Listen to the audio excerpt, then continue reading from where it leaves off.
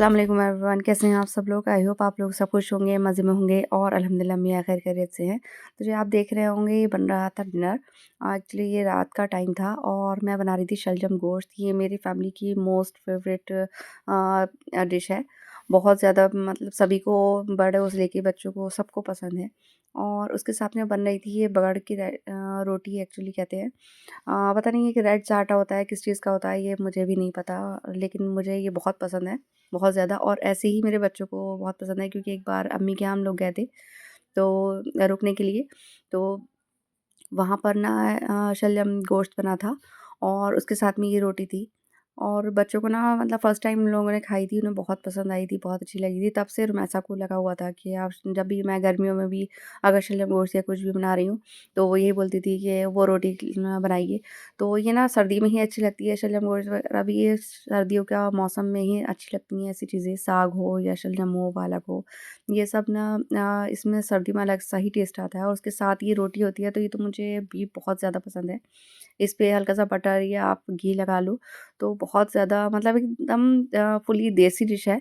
और ना ये बहुत आहिस्ता-आहिस्ता लो फ्लेम पर ही सिकती है, वरना ये अंदर से कच्ची रह जाएगी क्योंकि मोटी होती है इसकी थोड़ी मोटी-सी रोटी बनती है ये। और मुझसे तो ये बन ही नहीं रही थी बिल्कुल भी क्योंकि इतनी ज़्यादा टूट रही थी मुझसे, मतलब नहीं बन पा रही थी। तो फिर मैं अपनी सास को देकर आई थी, उन्होंने बना कर दी थी, तो फिर मैं यहाँ पर इसे सेक रही थी, इसे तैयार कर रही थी। और बहुत ही लो हीट पर, लो फ्लेम पर इसे हल्के-हल्के ऊपर-ऊपर से ऐसे ही सेकना कि ताकि तभी ये अंदर तक इसके अंदर हीट पहुँचती और ये अंदर से सिक जाती। और ना मुझे बहुत पसंद है मेरे हस्बैंड को, और सबसे ज़्यादा मेरे ससुर साहब को बहुत ज़्यादा पसंद है। तो अब मैं उनको ये सर्व कर रही थी। और ना मेरे ससुर हों या मेरे हस्बैंड हों, उन्हें ये कॉपर की प्लेट्स जो होती हैं देसी, एकदम फुल्ली देसी खाना देसी प्लेट्स में ही अच्छा लगता है। तो बस मैं इनको सर्व कर रही थी और ये रोटी मैंने दे दी थी, इस पर घी भी लगा दिया था और थोड़ा शलजम में भी इसमें देसी घी डाल दिया था। एक यही ग्रीन सब्ज़ी होती है जो मेरे बच्चों को बहुत ज़्यादा पसंद है, वरना वो सब्ज़ी बिल्कुल भी खाना पसंद नहीं करते। बहुत मुश्किल से मुझे किसी-किसी तरह से उन्हें डाँट कर, डपट कर देनी पड़ती है। लेकिन ये शलजम गोश्त ऐसा है कि मेरे तीनों बच्चों को बहुत पसंद है, बहुत ज़्यादा। और मैं जब भी बोलती हूँ शारिब से कि आप सब्ज़ी बिल्कुल नहीं खाते हो, तो वो यही बोलते हैं, मैं खाता तो हूँ और शलजम गोश्त खाता हूँ। तो यहाँ आप बिल्कुल चुप हो जाते हैं कि आप फिर कुछ बोल ही नहीं सकते।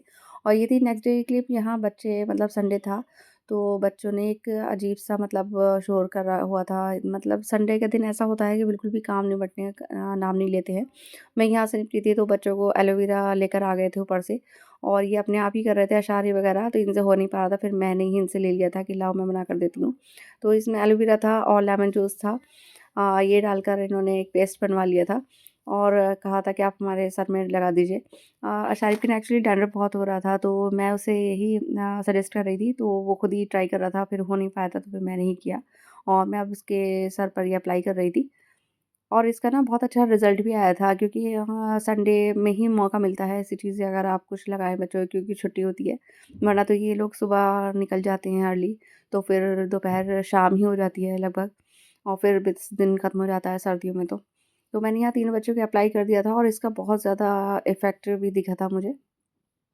अशारी बोल रहा था कि मुझे अब मम्मा डैंड्रफ की जो प्रॉब्लम हो रही थी वो थोड़ी कम हो गई है, और फिर मैंने यही बोला था कि आप फिर ऐसे संडे पर अप्लाई कर लेना संडे में।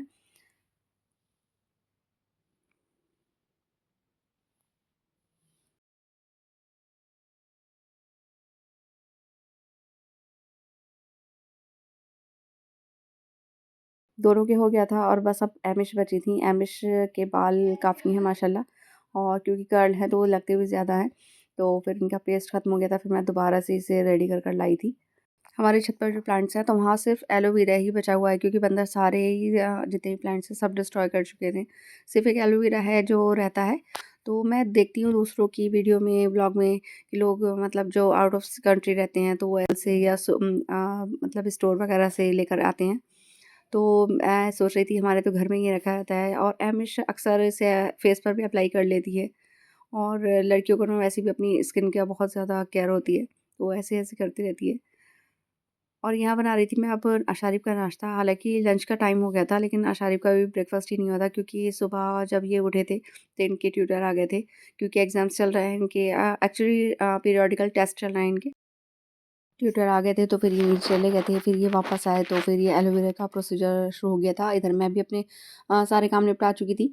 फिर अशारिफ को लगी थी भूख तो नाश्ते के लिए उन्होंने माँगा था। तो फिर मैंने इसे ये 2 एग और ये चाय बना दी थी। और एक्चुअली आज ना मेरी नंदें भी आई थी। तो माशाल्लाह 4 नंदें हैं, चारों आई हुई थी और मुझे मतलब टाइम ही नहीं मिला था कि मैं कुछ और शूट कर पाती। फिर मैंने ये बिरयानी बनाई थी 2 दिन। एक्चुअली मेरे हस्बैंड को ना देग की बिरयानी बहुत पसंद है। उनका तो बस चलता है अगर मैं 2 किलो भी चावल बनाऊँगी तो वो देग में ही बने क्योंकि उन्हें उसका बहुत ज़्यादा टेस्ट अच्छा लगता है। और बैकग्राउंड में आप सुन ही सकते हैं, इतना ज़्यादा शोर हो रहा था, इतनी ज़्यादा रौनक हो रही थी हमारे घर में। तो फिलहाल यहाँ बनी थी बहुत सारी बिरयानी अल्हम्दुलिल्लाह। और इतनी टेस्टी बिरयानी हो रही थी कि मतलब बहुत ही अच्छी लग रही थी, देखने में ही इतना मतलब अच्छा लग रहा था इसे। तो अहमिश को सबसे पहले भूख लग जाती है तो वो अपनी कज़िन्स के लिए और अपने लिए खाना लेकर जा रही थी। और ये हकीकत बात है, अगर देग में बिरयानी बनती है तो उसका टेस्ट ही अलग होता है, बिल्कुल एरोमेटिक बहुत ही अच्छा मतलब फ्लेवर वाली बिरयानी बनकर तैयार हुई थी। और दिल कर रहा था तभी खाने का, लेकिन ये था कि पहले जेंट्स आ जाएँ फिर उसके बाद खाना हम लोग स्टार्ट करेंगे। तो ये अहमिश लेके जा रही थी अपनी कज़िन्स के लिए। और फिर जेंट्स आ गए थे, उन्होंने खाना भी खा लिया था, साथ में नहारी भी बनाई थी हमने। और मैं अब ये चाय रख दी थी मैंने बनने के लिए कि इतने ही लोग खाने से फ़ारिग होंगे तो चाय रेडी हो जाएगी। नहारी भी बहुत टेस्टी बनी थी।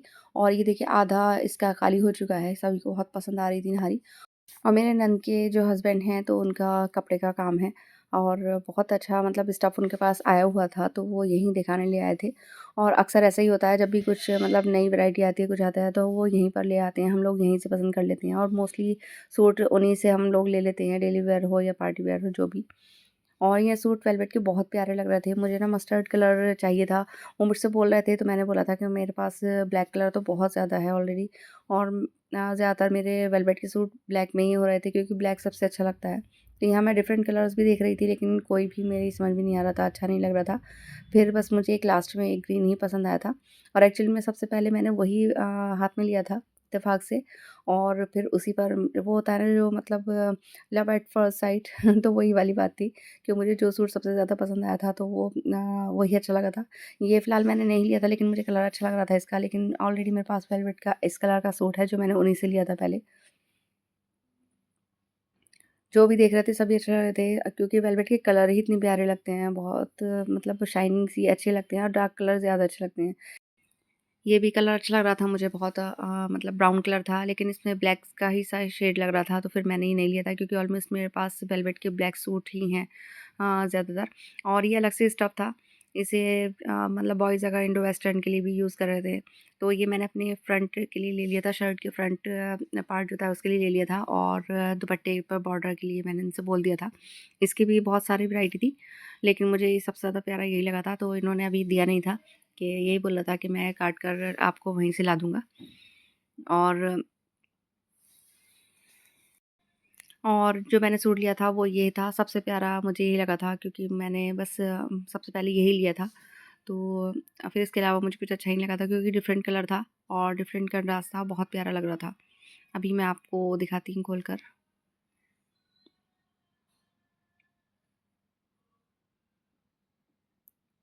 ये थी इसकी शर्ट और ग्रीन कलर था, बहुत प्यारा कलर लग रहा था। और नेक पर जैसे इसका दुपट्टा था, स्टॉल था, उसी का डिज़ाइन दिया हुआ था, पैच लगा हुआ था। और स्लीव्स भी अच्छी लग रही थी। बहुत ज़्यादा ओवरलोडेड भी नहीं था शर्ट पर, बस अच्छा-सा डिज़ाइन था। बनकर बहुत प्यारा लगेगा ये, क्योंकि मैंने इसका फ़ोटो देखा था तो अच्छा लग रहा था, इसकी प्रेज़ेंटेशन अच्छी लग रही थी। और ये था इसका स्टॉल मस्टर्ड कलर का। पता नहीं क्यों इस बार ज़्यादातर अगर मैं वेलवेट सूट देख रही थी तो मेरी निगाह बस मस्टर्ड पर जा रही थी। और एक पूरा मस्टर्ड सूट भी था लेकिन मैंने फिर वो लिया नहीं था। तो ये मुझे बहुत प्यारा लग रहा था। बारीक सी लेस सी बनी हुई इस पर।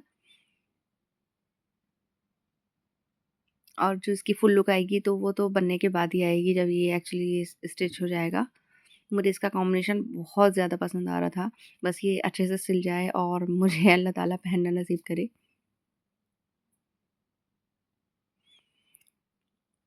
बहुत ही रीज़नेबल प्राइस में दे देते हैं सूट हम लोगों को क्योंकि मतलब घर की सी बात है। और हमें जाना भी नहीं पड़ता, घर में आ जाते हैं लेकर। दूसरा जो कपड़ा था वो आ जाएगा तो मैं डिज़ाइन हो जाएगा तब मैं आपको ज़रूर दिखाऊँगी। और ना इसको समेटना बहुत ज़्यादा मुझे टफ़ लगता है, इसको फ़ोल्ड करके पैकिंग में वापस रखना। पता नहीं उन लोगों को कितनी आदत होती है कि एकदम इतने सारे समेट कर रख देते हैं। तो मैं मिलूँगी आपसे नेक्स्ट व्लॉग में, तब तक के लिए अल्लाह हाफ़िज़।